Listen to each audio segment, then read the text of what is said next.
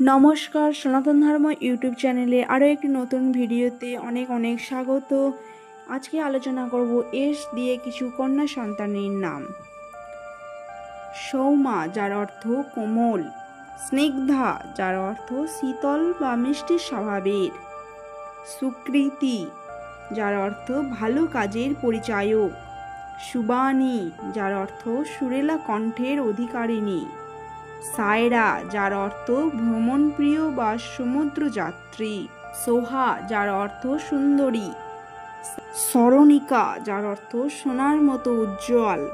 শিবন্যা, যার অর্থ শিবের কন্যা। শ্রুতিকা, যার অর্থ বেদ।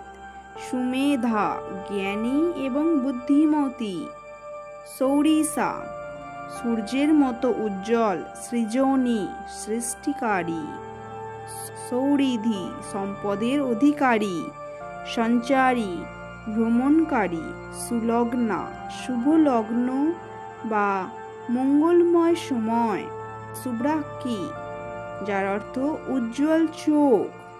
সৃজিতা, যার অর্থ সৃষ্টির জন্য জয়ী। স্নেহিতা, যার অর্থ স্নেহশীল। সুধা, যার অর্থ অমৃত বা মিষ্টি। শীর্ষা, যার অর্থ ফুলের একটি নাম।